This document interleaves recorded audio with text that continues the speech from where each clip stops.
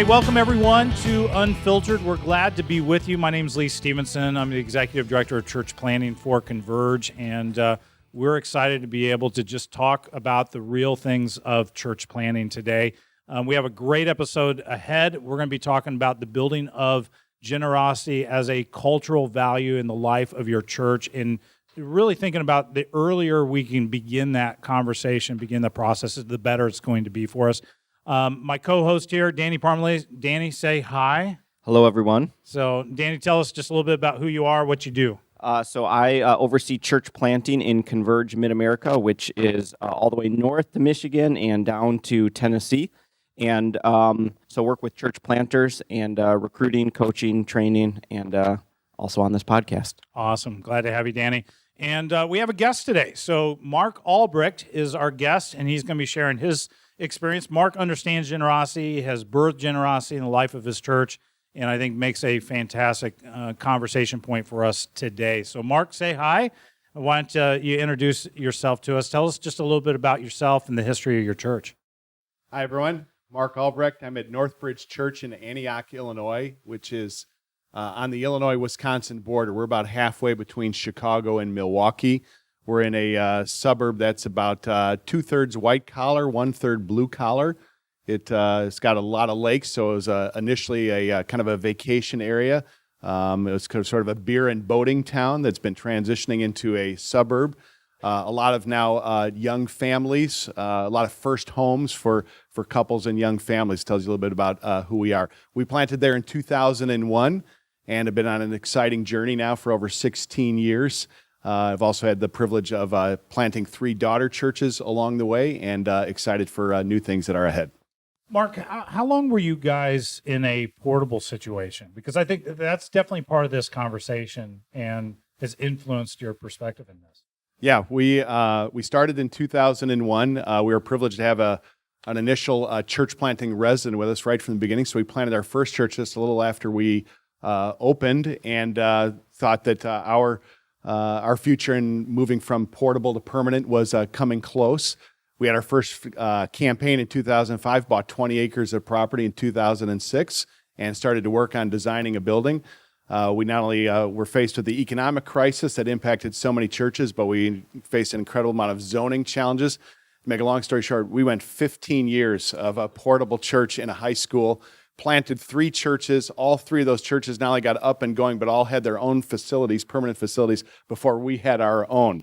So we were forced into generosity, I guess, in a certain level there. But yes, over 15 years in portable facilities. Great, which is a great sidebar, because I know some of you may be 6 weeks into this going, man, I'm ready to get that permanent facility.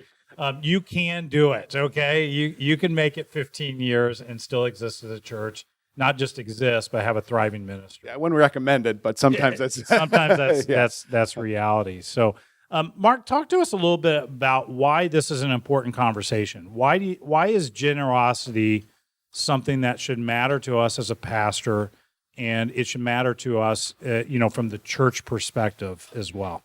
Yeah, generosity is a real kind of sexy topic right now, but I think when we think about it from a pastoral perspective, it starts with the character of God, of who we are called to be as pastors. We're called to see people follow Jesus, to be imitators of God, as Ephesians says. And we see in the character of God that he's a generous God. We always talk about, it says, for God so loved the world that he gave, right? He gave the best of what he had for us, right? We have a generous God who then calls us to be like him. And we long to see the image of Christ formed in our people. And we say, Jesus, what did he do? Well, it says that in 2 Corinthians 8 that he in his riches became poor in order that we might become rich. Jesus gave everything he had, the ultimate expression of generosity, of course. And so we want to see people become like Jesus, right? And so if we are calling people to become like Jesus, our heart should be to see them grow to become generous people. Now, along the way, there's lots of other reasons for building a generous culture. I think it's practical for advancing the mission. I too think it's actually an avenue for evangelism now. I think we have a culture that is attracted to evangelism. I think when we see generous leaders and a generous culture within a church, lost people are attracted to that. And I think it gives an avenue for sharing the gospel. So I think generosity is a platform for evangelism as well. Wow, that's great. Yeah.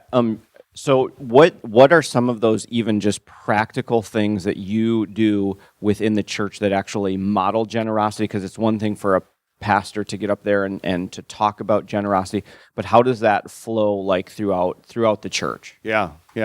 And that generosity of like what that is kind of touched on a lot of different topics. I mean, our first thought is financially, but I think there's so many other ways that we express generosity, how we use our time. Are we generous with our words of praise?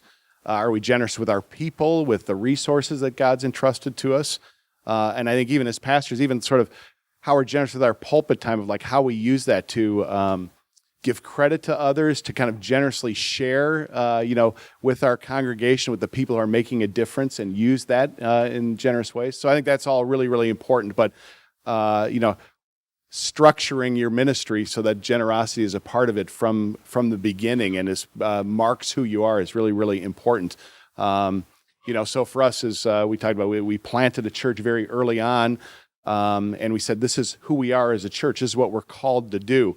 And I think one of the things that's really important for building that culture of generosity is reminding people that we started because of the generosity of others, and telling the stories of those who made sacrifices so that our church and our ministry could get going reminds us that we are the recipients of generosity.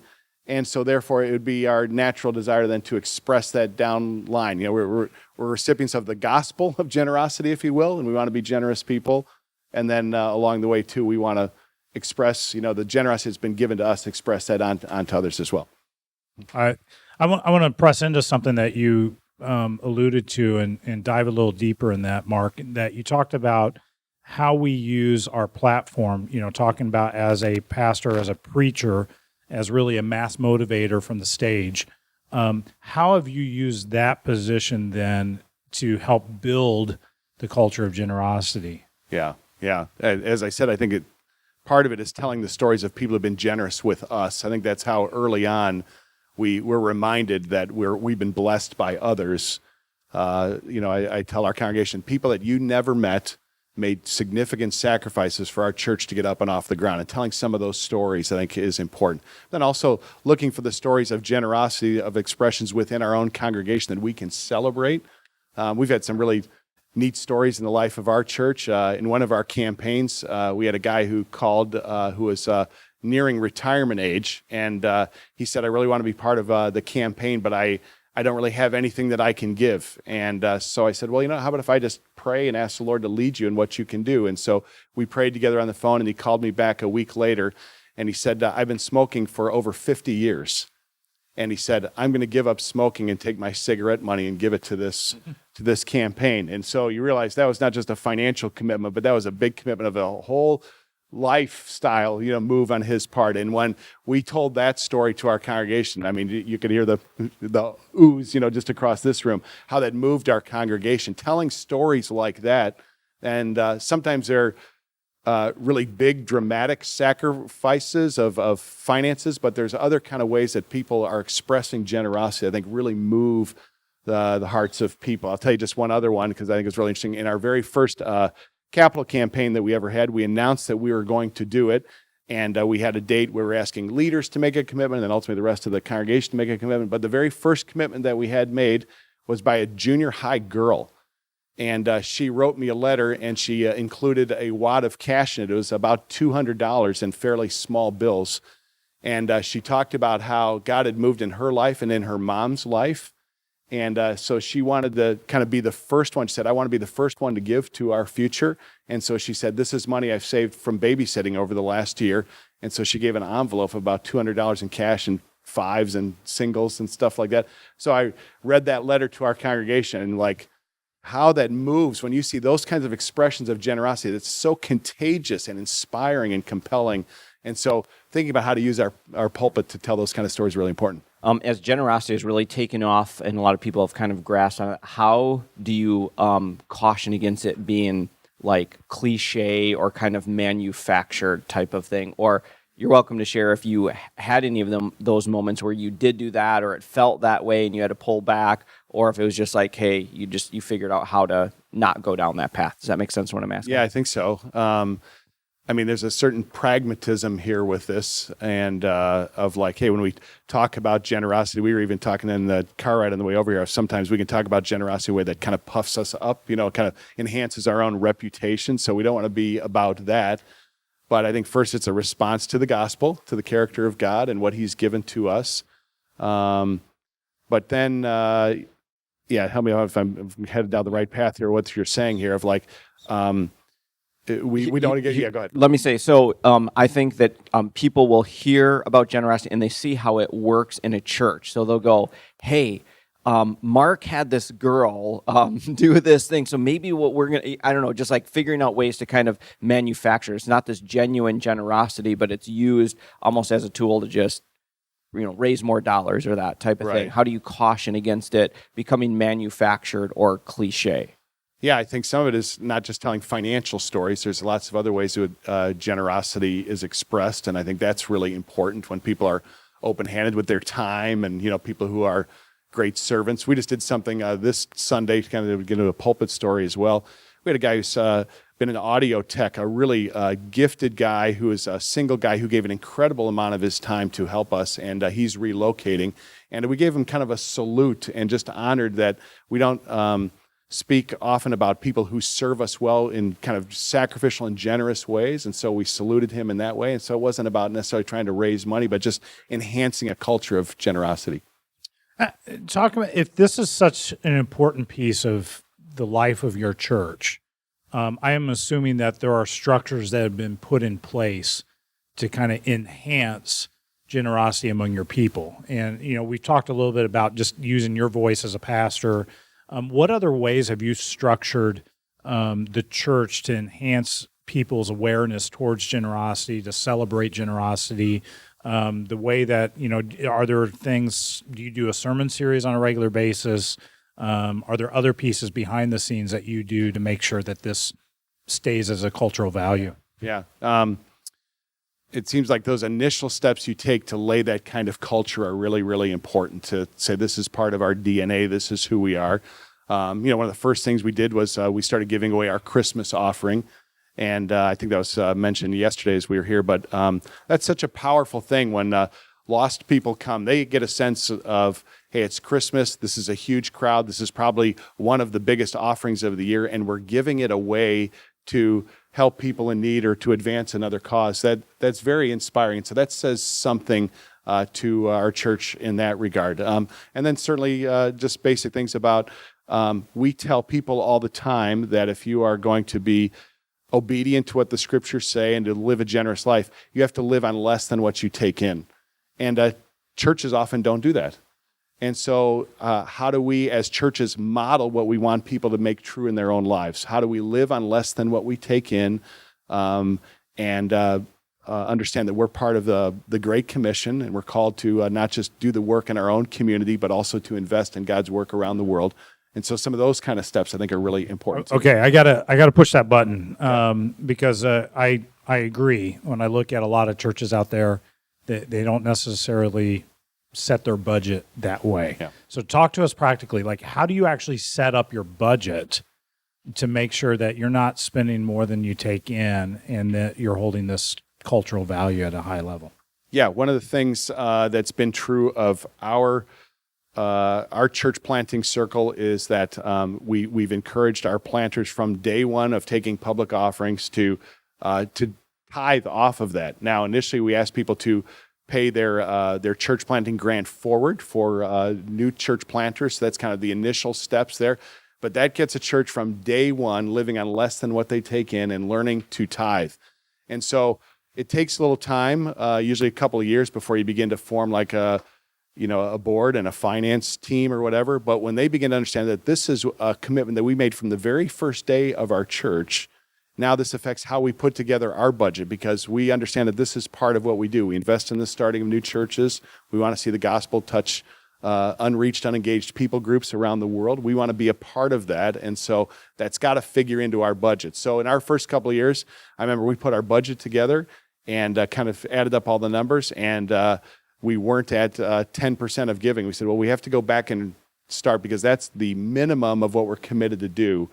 And that just started a process. And then as we started to, take special offerings for church planting, and we gave away our Christmas offering and things like that, it just enhanced our kingdom investment of our budget and monies that we took in. How did you overcome other people's fear? Because sometimes leaders, may look at that and not grasp it, and they're going, but we need that money, to pay the rent or pay whatever. How did you help alleviate their fears to make sure this or your fears? So you can say both. Yeah, I remember very early on, as we formed a little finance group, that one of the guys said, my background is that a nonprofit should have 6 months of income in the bank at all times. And said, well, if we do that, well, first of all, we're not even close to having 6 months in the bank. And then, so they said, we shouldn't be giving away any money until we get to 6 months. And so we had a long discussion about walking in faith, being obedient to the Lord, what's our culture as a church. And my feeling has been, when you begin to put people together who work with your finances, your tendency is to put together accountants and people who are really good at managing money. But those people are always very protective of money. And so I've said, we always need a mixture of, bean counters and gunslingers on our finance team, of some people are going to be careful with the money, but That's people treatable. have big vision as well, so that's all part of our conversation. And so we had to make some of those kind of decisions very early on to say we want to manage our money well. But we ought to remind people of, why do people give money to our church? It's not to grow our bank account. They want to see us make a difference in our community and in the world. That's why people are investing in us. And so we do have a responsibility to, you want to think about generosity over the long haul too, not just what can we do in the next 6 months, but especially as you're starting a new church of, wow, this church could be raising funds and other things to advance the kingdom for decades into the future if we do this wisely. And so we want to be smart about how we do that, but we want to be generous in the now and walk in faith now, right? And so it's kind of finding how to balance all that tension together. Did you build up to the 6 months? 6 months in operating No, expenses? we're still not there, depending on how you calculate it. No, yeah, we're still not there. We definitely have nest egg and protection and things like that, but no, we've never gotten to that point at this time.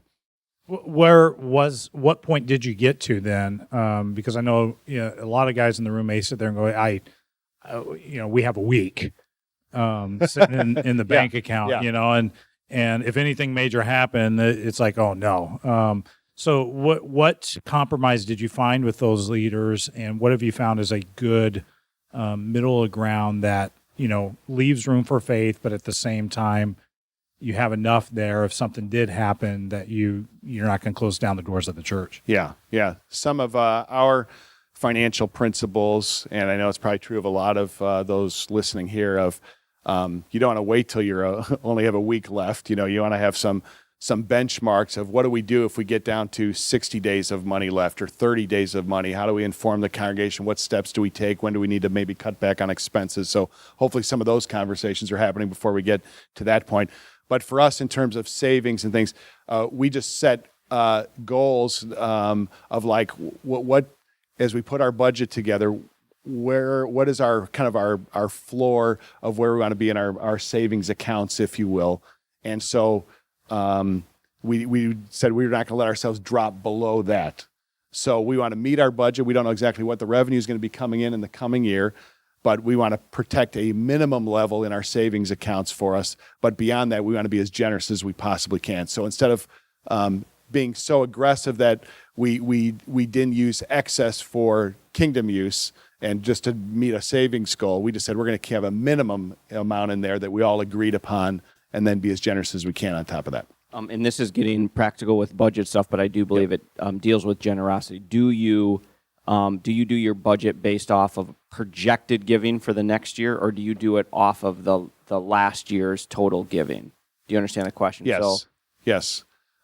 We do projection, and we've had a lot of change here recently, so that's kind of made projection more difficult than in the past. But we certainly look at where we were the last year and do a little bit of projection for the coming year. We try to be as conservative as we can so we're not getting over the tips of our skis, but trying to imagine some of the new initiatives we have.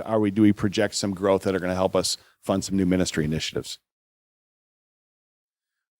There are pain points in the generosity journey as well. I know from practical experience, I'm sure Danny's had the same experience, probably most pastors. Anytime you even preach on generosity and touch the finance conversation, there's going to be a pain point.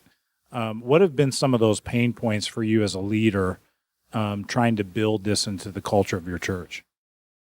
There's no doubt that every year that we're putting together our budget, we have to say no to certain initiatives if we're going to be generous in investing in church planting and missions work and things. So that's always a kind of an annual conversation.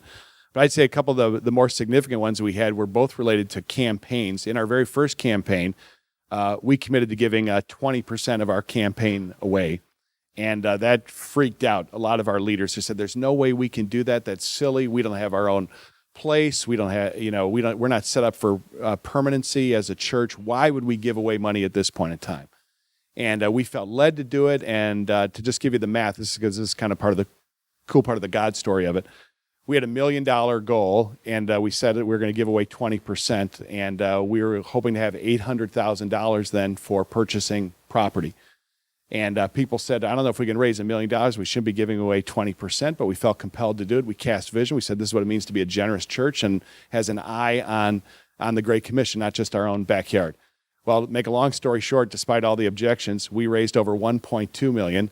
We gave away our 20%. We still had $1 million left, and then God opened the door for a piece of property that was initially about $1.5 million. The guy reduced his price to $1 million in our campaign, did everything. And so it's just like an incredible story that way that we never could have orchestrated. The second one, a pain point, I'll give you more of a pain point though. Our second campaign was for building, but we were planting a church as well. And so we sent out our associate pastor, and his wife was our programming director. So we sent out two very dear staff members. About 40 adults went with them, and we gave 10% of our campaign to go with them. So as all of that happened, we lost a significant chunk of our church, big enough that we went from 2 services back to 1. And as I've told people, it felt like for about 6 months, we were almost grieving as a church because we lost people that we loved. We lost a little vibe. And we just really struggled for a long time. Along with that, the major part of our campaign was for building our building, which all didn't work out. And so we ended up planting a church, not getting our own home taken care of.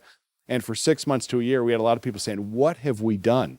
We've killed our church. This is foolish, But the Lord ultimately backfilled with people, opened up a door later on for us to be able to build. And our second daughter church is prevailing in their context as well. So it was a journey to get there. There was a lot of pain in the process. I heard somebody say that church planting, sending out people, resources, and everything is like hacking off one of your limbs and sending it away. And we really felt that way for a long period of time, for sure.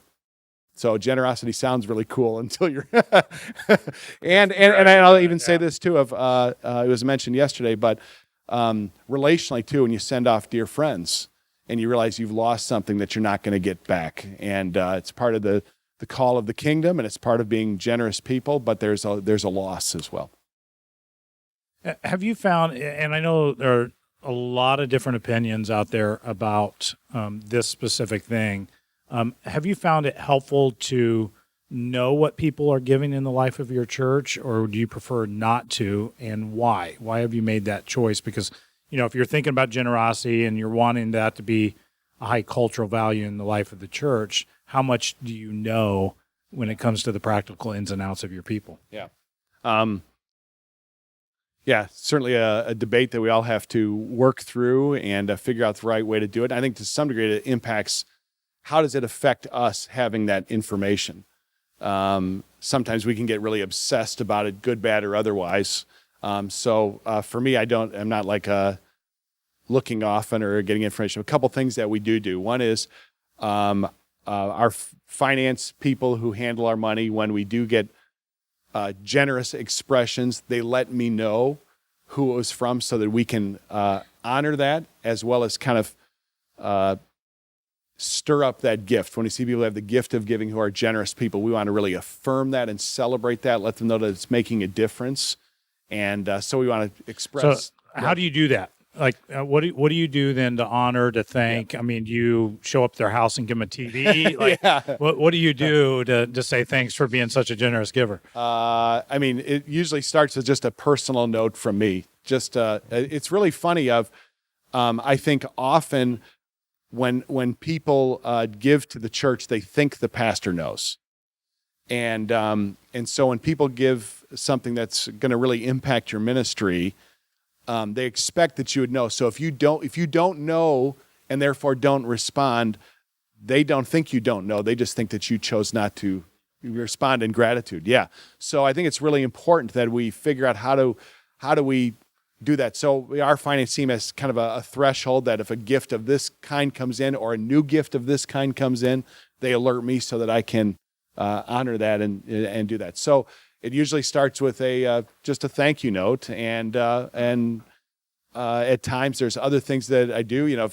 It's also personal time. I think there's times we want to give to people to say, you're making a difference in our ministry. I want to let you in a little bit about what's going on in the life of our church, in my life, what we're talking about in leadership circles. I think that helps people to feel like I've got a sense of knowledge of what's happening here, and I'm being valued as a person, and my contribution really matters. And then over time, too, as people are generous, that usually says that they care deeply about your mission. And so how do we involve them on, in certain circles of leadership or influence so that their heart for our church, not just their checkbook, can also have an impact on us as well? Lee, what did you guys do? Very similar step, Danny. We would take time to, it was kind of based on gift. If it was $1,000 to $2,000 gift, they get a personal letter from me, kind of handwritten note saying thank you. If it was under $1,000 gift, they got more of a generic form letter from our bookkeeper, just saying thanks for your gift. If it was over $2,000 gift, I actually called them on the phone and just said, I just want to personally say thank you for your willingness to be generous. I wanted feedback. I want to ask them, what about our mission has compelled you to give at the level that you gave? And it really helped us understand our culture internally as well. And then once a year, I would take our top 10 givers out for lunch and just sit down and talk with them. And it was more relational. It wasn't, hey, I know you're a top giver type of thing. It was more, hey, I know you're invested in the life of our ministry. I just want to know, how are you doing? And just sit and listen. I want to ask questions about their kids, how their marriage was, and then kind of follow up and say, is there anything about the life of your church that you want to know? And that was, those moments were gold in helping them realize that we cared about them. It wasn't about the dollar, that they were giving. It was more about the relationship, and that we were investing in that and them. I had one person that said, the only reason you're calling me out is because I gave you a big check. And I was like, no, I tell everybody in our church, thank you. Like, if you serve in the nursery, I tell you thank you. If this is a practical way that you're serving our church, and I just want to tell you thank you. So never had any issues on that. That's really good. When we first started, I prided myself on not looking and not knowing people's giving. I don't know where I wasn't told that. That was kind of the way that we started. And I had someone, I think a couple years into it, kind of challenge me on that a bit. And I'm so thankful for that, because I learned so much when I made that shift. And it really goes to Mark, what you were saying is that giving is a spiritual activity, and it's very important to people, and it sometimes is a barometer in their relationship with God. And I say that good or bad. So in other words, we would also see if people's giving was increasing, that sometimes that was an opportunity because God was doing something in their life, but also decreasing in giving, that sometimes it was life stuff, people that lost jobs. And when you know that and you say, hey, what's going on here? And I'm not calling because, you're no longer giving at the level that you were, and had plenty of stories because, I lost my job, or, we're cutting down our income, or my wife decided to stay home to homeschool. Awesome. Like, praise God, God's doing something. And so I just understanding that giving is a spiritual thing, and for some, if it is a spiritual gift, we need to know that. If someone has a spiritual gift of evangelism, we want to know that. We want to do whatever we can to foster that. Yeah. So. Yeah, that's well said. I had a seasoned pastor when I was young, and before I actually planted the church and moved into senior leadership, gave me the advice that you should always know what, or at least have access to what people are giving in your church. And in his reasoning was same thing. It's a spiritual matter, and you want to be invested in the spiritual development of your people. But he also said when you get criticism, the first thing you should do is pull their giving record. And what I found, I don't know what you guys have found, I said when I began doing that, 100% of those critical emails or phone calls I got, those people gave nothing to the church. And that made it a whole lot easier to manage criticism as you're moving forward with the vision. Because you're going, well, you're not with us anyways, and you're able to toss it aside and just kind of continue to press forward on the mission. So, yeah, and I do think it's important for leadership candidates that you should know before you put people in leadership. They should be invested in your ministry. Yeah, right? Yeah, absolutely. What advice, Mark, would you give a young planter? Let's say they're getting ready to start, or they're in their first year of church planning. What are must-dos when it comes to building generosity? Yeah, I think it's really important to set that as your culture right away, to say this is part of what we do. And I think it's really important as you talk about your church, I think your congregation often rises to the expectations of the pastor. And so when you say, hey, we're a generous church, this is what we do, people will begin to see, yeah, that's who we are, and we're going to want that. And so when we talk about maybe sacrificial expressions of generosity in the future, they're already going to have in their mind of like, yeah, we want to be a generous church. This is who we are. So talking about that early on and finding some ways to express that in a way that's appropriate, even a very young church, what can we do that would express our generosity? Just tell you one quick story for us. We were wanting to address some challenges in our community, and we wanted to do it in partnership with a couple of other local churches.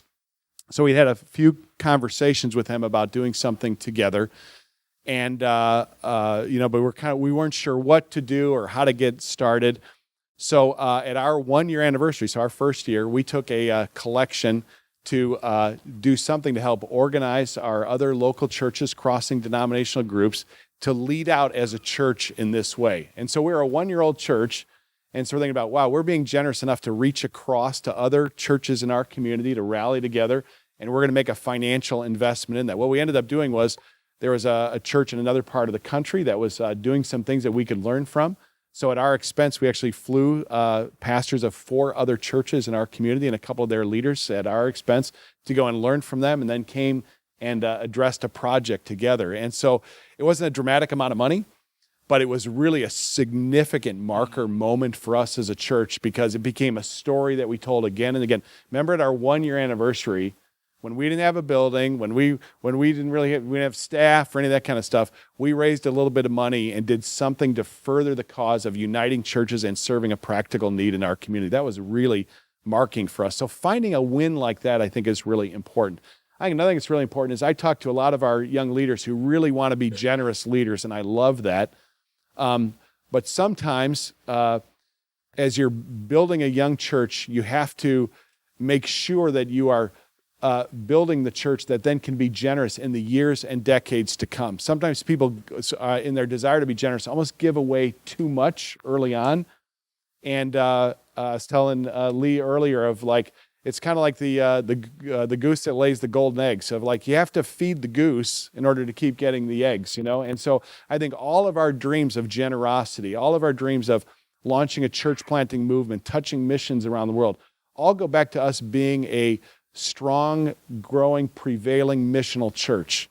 And sometimes I think as young leaders, we want to get so focused on kind of investing ourselves in extension activities that we don't build our own church first, and that limits us for years and decades to come of what we can do. So it's trying to find the balance there, but finding some appropriate wins in those young years that'll help you really say, yeah, this is who we are. we are a generous church culture, and as we grow in the years and decades ahead, we want to do this in increasing ways and have some of those initial stories that anchor that in the DNA. I love that picture, and I encourage you all post that on Facebook.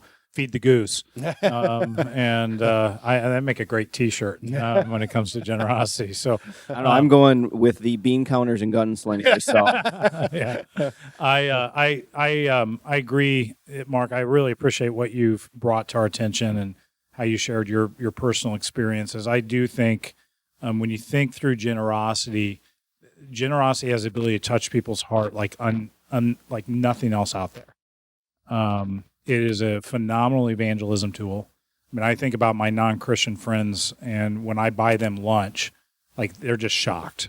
They don't even know what to do. They're like, no. I'm like, no, let me do that. And that's a small token of generosity, and we can think of different ways. Sometimes it's our time, sometimes it's our talent, but it is undeniable that God used generosity to connect the dots of the gospel to his people. No doubt. And so we cannot neglect generosity when it comes to understanding the evangelism power that exists within it. And so I appreciate you bringing that to our attention.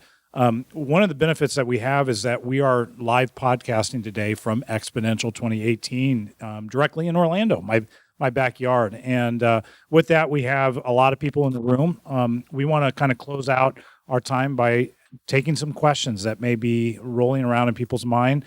We'd love to talk. So anything that you have, I'm going to make my way around the room with the mic, and that way we can capture that. Any questions? Any big missteps or things that you thought were going to promote generosity, initiatives, fundraisers that maybe really killed it or put you down the wrong path? I would say not so much missteps, but for us, we have had a harder time rooting out the stories of generosity from our congregation so that we can share them. I think maybe out of a humble spirit, people don't often share what's happening, and so it's been a much harder climb for us to draw out those stories to be able to share. I've heard people give talks about generosity. Say, as a pastor, just tell some generosity stories. You're like, yeah, where are those? And then somebody have to, and like how to do that, how to get small group leaders to talk about somebody else in their small group, or, ministry leaders to tell some of those stories. So for us, that's maybe been our biggest challenge of how to really be able to tell those stories, gather them so that we can tell them well.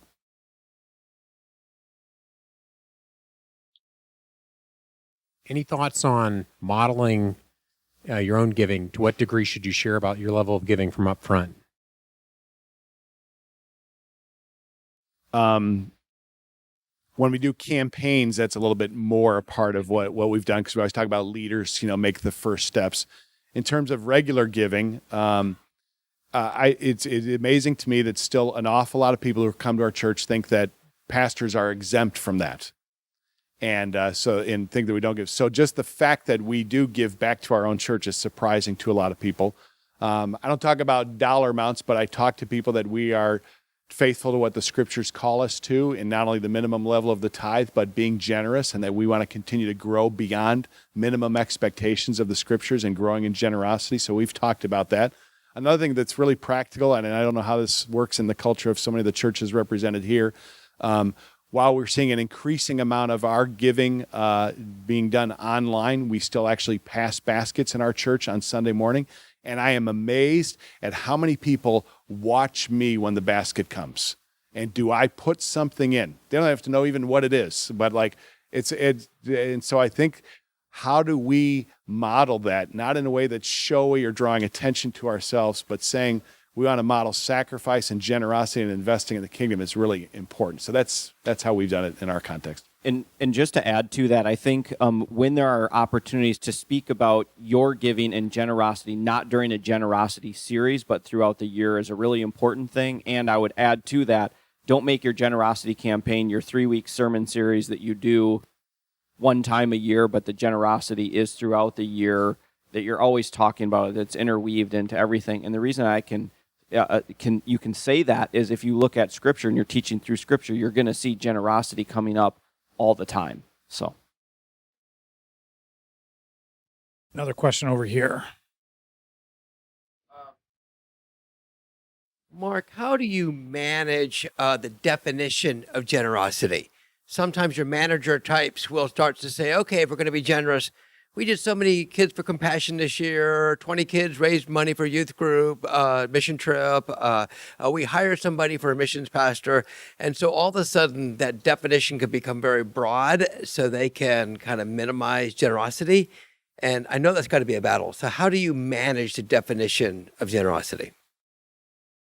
I mean, I think all those things are good. I think they're all worthy of celebration. And so sometimes, we get to the end of a year and we're talking about what God has done in our midst and all the different things that we can give thanks for. We talk about all the expressions of generosity, that those are part of it. But I think what you're asking is almost around like, what are our generosity initiatives? What are we going to focus on? Where do we want? Yeah.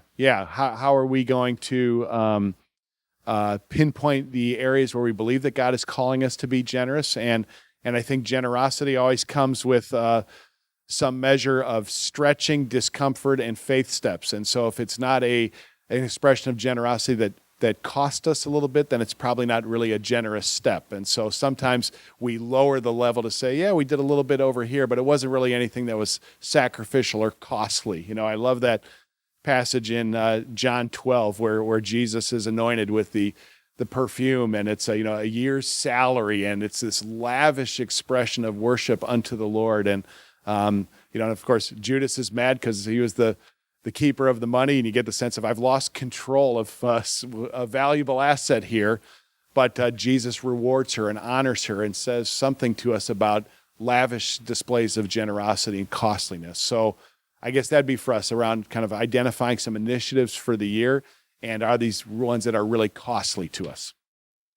Question for both Danny and Mark. How did you guys, in leading your church, make sure that you spoke to every income level when it came to generosity? Because I know sometimes we may talk about generosity from the stage saying, hey, if you just give up a cup of your Starbucks coffee this week and give it to here, like we say that's generous. But those that actually have financial wealth, that means nothing to them. And sometimes we can actually alienate those that have a real gift of developing wealth in the way that we talk about generosity. So how did you guys connect the dots across both those that are wealthy, but also those that, aren't? So, well, for us, we did learn it in the campaign very early on. It was about giving a gift that was significant for the person, and that was our challenge. And we said we want 100% participation, and that's what we were looking for. And so for some people, that literally was like, to do $10 a month was like, that was a significant sacrifice. And for others, giving thousands of dollars. And I think the big thing is highlighting all those different stories. So for example, here you have the young girl. She's given a few bucks that is, in the whole grand scheme of things is really small. We would have the same thing. If there were people who were making significant sacrifice, they were being generous in that. We focused on that generosity. So, and for us, one thing that was a practical thing is I did handwritten thank you letters for every single giver. So if someone put $1 in the plate, they got a handwritten thank you card in the beginning just to kind of start that conversation. Obviously, as we grew and as we multiplied to other campuses, then the campus pastors did that, but still, that still happens at our church today. If anybody gives at any amount, we say thank you for that, but then we have the same kind of stratification that different things happen at different levels, or I'm just notified. The team notifies me if there's some sort of large increase in giving percentage-wise or numbers-wise. So, yeah, and I think you're bringing up a good question, because sometimes at the concern of alienating those on the lower side of the income, we just talk about smaller gifts, and we honor that, and we should, the widow and her mites and such, but there are people of significant wealth who need a personal challenge, and too often as pastors, we're afraid of them. And I think they know that we're afraid.